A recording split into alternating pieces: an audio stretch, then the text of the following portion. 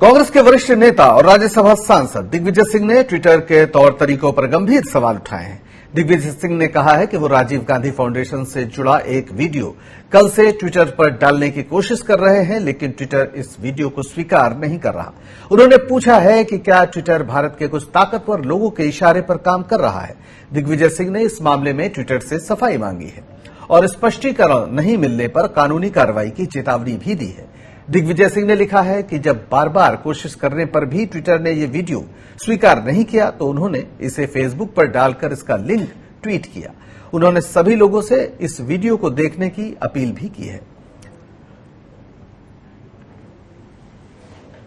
आइए देखते हैं वो वीडियो जिसे दिग्विजय सिंह ने फेसबुक पर अपलोड किया है। ये वही वीडियो है जिसे ट्विटर पर स्वीकार नहीं किए जाने के गंभीर आरोप दिग्विजय सिंह ने लगाए हैं। राजीव गांधी फाउंडेशन का सच। 1991 में स्थापित इस संस्था का लक्ष्य था राजीव गांधी के उन सपनों को पूरा करना जो उन्होंने भारत के लिए देखे थे। शिक्षा, स्वास्थ्य, विज्ञान और प्रौद्योगिकी, महिला और बाल विकास, निःशक्त जनों को सहायता, पंचायती राज संस्थाओं की मजबूती, प्राकृतिक संसाधनों का प्रबंधन आदि। चीन के सामने सरेंडर करने वाली भाजपा सरकार आज राजीव गांधी फाउंडेशन पर आरोप लगाकर देश का ध्यान भटकाना चाहती है। ये उन लाखों विकलांगों पर आरोप है जिनको राजीव गांधी फाउंडेशन ने सहायता दी, जीवन जीने का हौसला दिया, आजीविका के साधन दिए। भाजपा की ये घटिया राजनीति सुनामी में पीड़ित उन लोगों पर आरोप है जिनकी सहायता 2004 में राजीव गांधी फाउंडेशन ने की।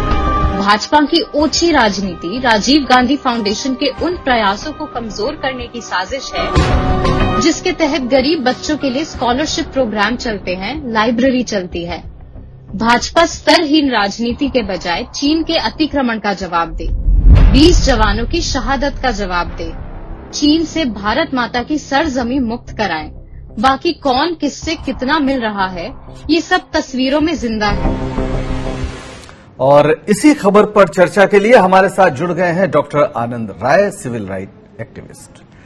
डॉक्टर आनंद, इस तरह की जो खबरें आ रही हैं कि ट्विटर हो, यहां तक कि बहुत कई बार फेसबुक पर भी ये आरोप लग रहा है कि वो लोगों की रीच कम कर दे रहा है, और ट्विटर सीधे सीधे उस पर ये आरोप है कि वो ऐसे वीडियो को अपलोड ही नहीं होने दे रहा है जो कि सरकार द्वारा गढ़े जा रहे नैरेटिव को कहीं न कहीं तोड़ता है। क्या कहेंगे आप? देखिए पिछले 1-2 साल से हम लोग मॉनिटर कर रहे हैं। मैं खुद सोशल मीडिया पे अच्छा खासा एक्टिव हूँ। ट्विटर पे भी मेरे 2.25 लाख फॉलोअर हैं। तो फेसबुक पे मेरा अकाउंट हैक कर लिया जाता है। फेसबुक पेज उनको रिपोर्ट किया तो भी अभी तक कोई रिस्पॉन्ड नहीं आया है। फिर मैंने एक पुलिस कंप्लेंट की, तो इसकी जांच की जाए। जितने भी लोग हैं जो सरकार से प्रश्न कर रहे हैं या कुछ ऐसा पोस्ट कर रहे हैं कि कहीं न कहीं सरकार का जो नैरेटिव है उसके अगेंस्ट वो जा रहा है, तो उनको ब्लॉक कर दिया जा रहा है। ये सिर्फ नेताओं के साथ नहीं हो रहा है, जो नॉर्मल सिटीजन है उनके भी अकाउंट 1-2 दिन के लिए ब्लॉक कर दिए जाते हैं। तो ये इससे तो ऐसा लगता है कि फेसबुक और ये जो ट्विटर है ये सीधे सरकार के लिए काम कर रहा है, और बल्कि एक पार्टी विशेष के लिए काम कर रहा है। मैं इसे सरकार भी नहीं बोलूंगा, आप एक पार्टी विशेष के लिए काम कर रहे हो। तो ये तो गलत है। जिस तरीके से लोगों ने विश्वास जताया था सोशल मीडिया में, तो धीरे धीरे करके लोग उसको चेंज कर देंगे। अब यदि आप ट्विटर और फेसबुक ऐसा करेंगे तो हम लोग उसको स्विच करके आप किसी दूसरे प्लेटफॉर्म पे जाएंगे।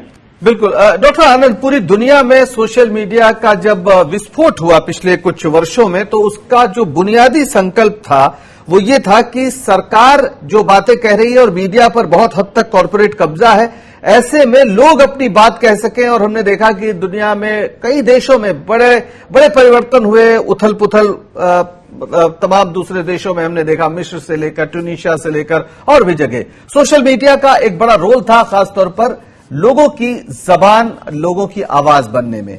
अभी जो हुआ है इसने, क्या आप ये मानेंगे कि ट्विटर और फेसबुक जैसे बड़े प्लेटफॉर्म अब सीधे सीधे खुद एक कॉर्पोरेट कंपनियों में, जिनका मकसद मुनाफा है और इसलिए वो सरकार के साथ पूरी तरीके से नत्थी होने की ओर बढ़ रहे हैं? देखिए, फेसबुक को कहीं न कहीं जियो कंपनी का उसमें शेयर है, इन्वेस्टमेंट है, और जियो और फेसबुक का एक बड़ा डील हुआ है।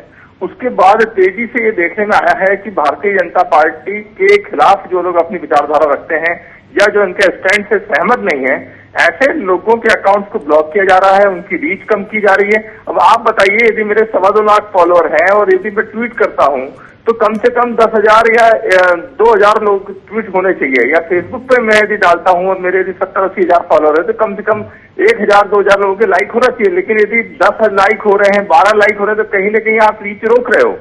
और ये पत्रकारों के साथ भी हो रहा है, एक्टिविस्ट के साथ भी हो रहा है, आम लोगों के साथ भी हो रहा है। बिल्कुल, हमारे साथ जुड़ गए हैं विवेक तन्खा, सांसद, राज्यसभा, कांग्रेस के नेता। तन्खा साहब, इस तरह से जो ट्विटर और फेसबुक कर रहा है कि आम लोगों की आवाज या सरकार विरोधी जितनी भी आवाज है उनको रोका जा रहा है, तो क्या ये वक्त नहीं आ गया है कि इन पर सीधे सीधे कानूनी कार्रवाई की जाए और इनको कानून के कटघरे में खड़ा किया जाए और इनसे पूछा जाए कि जो आपका बुनियादी संकल्प था कि लोगों की आवाज को आप जगह देंगे, वो क्या हुआ? मैं आपसे आपकी बात से सहमत हूं और ये एक लार्जर इशू है जो मोदी गवर्नमेंट तो इसको टैकल नहीं करेगी, हमको लीगली करना पड़ेगा।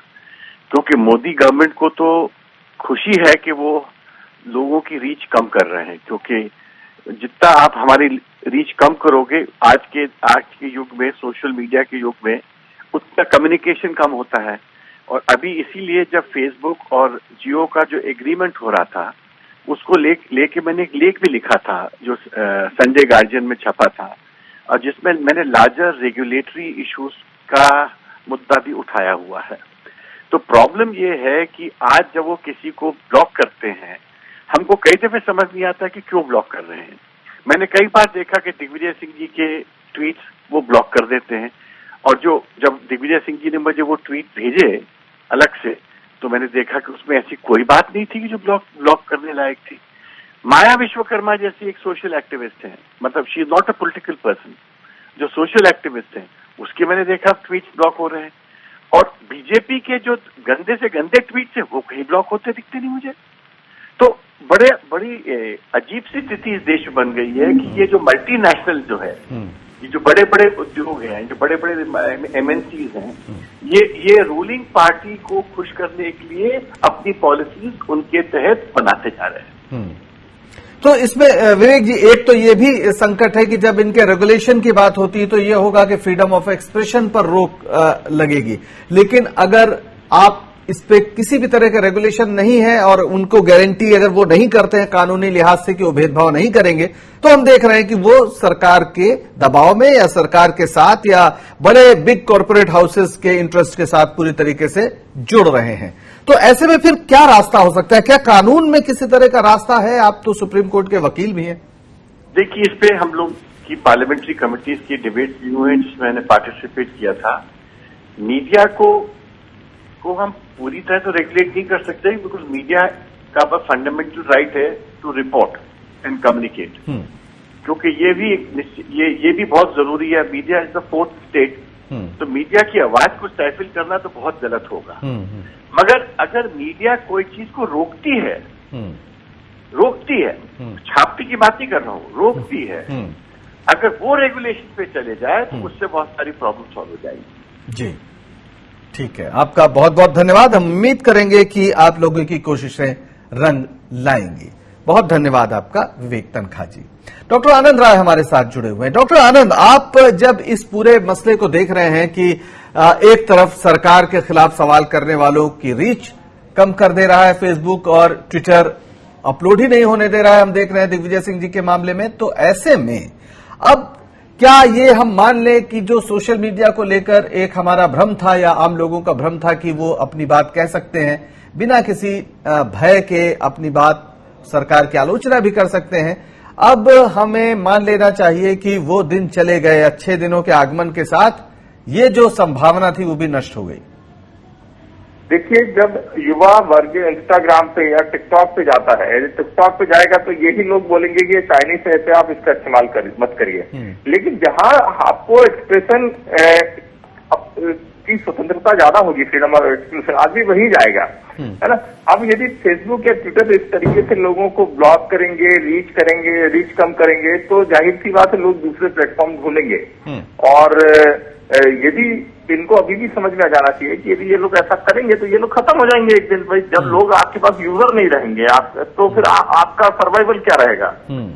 बिल्कुल, यानी सबसे बड़ा सबसे बड़ा जो मसला है वो विश्वसनीयता का है। पीसी शर्मा जी हमारे साथ जुड़ गए। आनंद जी, आपका बहुत बहुत शुक्रिया, आपने वक्त दिया हमसे बात करने के लिए।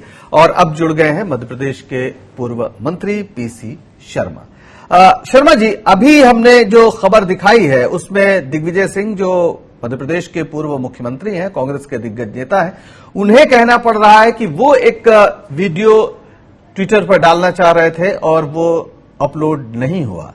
ये जो पूरी स्थिति बनी है, आप सूचना प्रसारण मंत्री भी रहे हैं, कैसे इसको टैकल किया जाए कि सोशल मीडिया प्लेटफॉर्म्स पर लोगों को बराबर से अधिकार रहे कि वे अपनी बात कह सकें?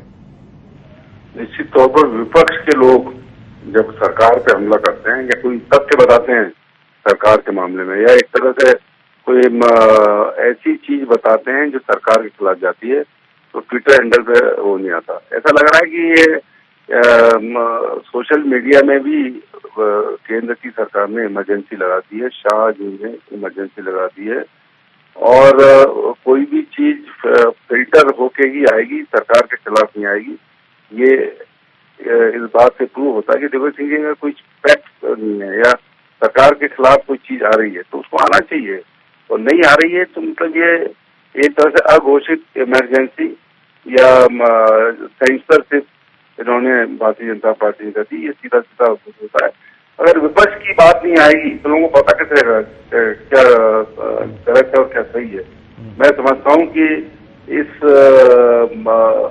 मामले में ट्विटर हैंडल जो हैं उनको सरकार के दबाव में नहीं आना चाहिए। आपका बहुत बहुत शुक्रिया शर्मा जी हमसे बात करने के लिए।